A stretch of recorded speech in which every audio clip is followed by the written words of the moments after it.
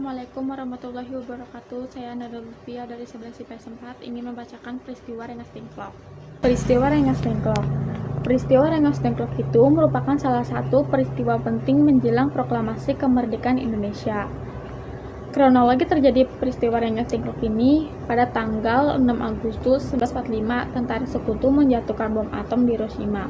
Kemudian pada tanggal 7 Agustus itu dibentuklah yang namanya Dekoritsu Junbinkai atau PPKI, yang mana Soekarno sebagai ketuanya dan Hatta sebagai wakilnya. Selanjutnya tanggal 9 Agustus kembali lagi sekutu menjatuhkan bom atom yang kedua, yaitu di Nagasaki. Tanggal 12 Agustus Soekarno-Hatta kemudian regimen itu bertemu dengan Jenderal Terauchi. Di situ dibahas mengenai penelitian PPKI dan juga rencana proklamasi kemerdekaan Indonesia yang akan dilaksanakan tanggal 24 Agustus. Kemudian tanggal 14 Agustus itu Jepang menyerah kepada sekutu. Tanggal 12 Agustus para pemuda kemudian mengadakan rapat.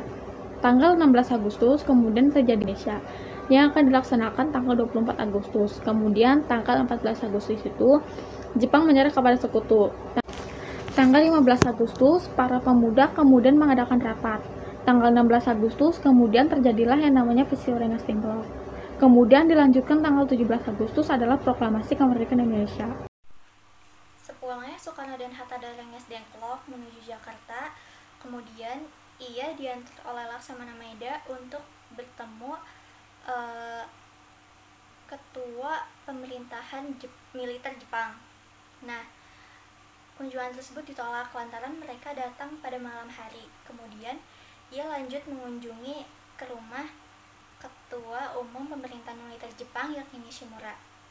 Tujuannya ini adalah untuk menjajakan sarannya terhadap proklamasi kemerdekaan Indonesia. Pada kesempatan ini Nishimura tidak mencapai sepakat karena ini tidak sesuai dengan garis kebijakan Panglima Tentara ke-14 yang ada di Jawa. Bunyinya sebagai berikut.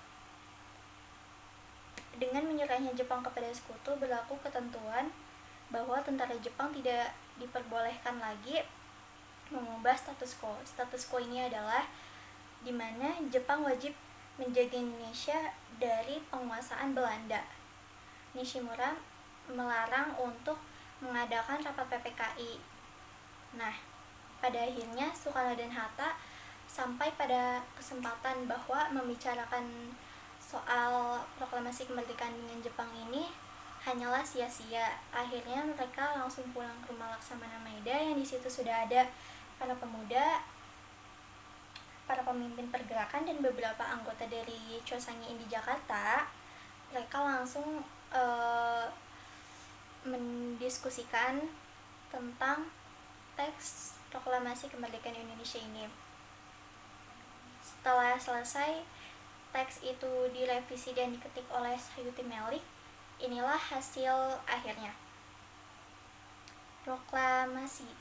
Kami, bangsa Indonesia, dengan ini menyatakan kemerdekaan Indonesia. Hal-hal mengenai pemindahan kekuasaan dan lain-lain dilaksanakan secara seksama dalam tempo yang sesingkat-singkatnya. Jakarta, hari 17 bulan 8 tahun 5 atas nama bangsa Indonesia. Kemudian teks proklamasi tersebut ditandatangani langsung oleh Soekarno dan Hatta atas nama perwakilan Indonesia. Soekarno sendiri mengusulkan untuk membacakan teks proklamasi ini di rumahnya sendiri, yaitu di Jalan Pegangsaan Timur nomor 56 Jakarta. Alasannya adalah karena rumah Soekarno ini aman dari segala gangguan tentara Jepang yang ingin merusak acara pembacaan teks proklamasi ini. Pada tanggal 17 Agustus sebelum pembacaan teks proklamasi, para tokoh nasionalis sudah berbondong-bondong untuk mempersiapkan bagaimana caranya supaya semua rakyat Indonesia ini bisa mendengar. Akhirnya mereka menyebarkan radio dan mikrofon serta mobil-mobil di beberapa titik dengan pengeras suara untuk memberitahukan berita tersebut.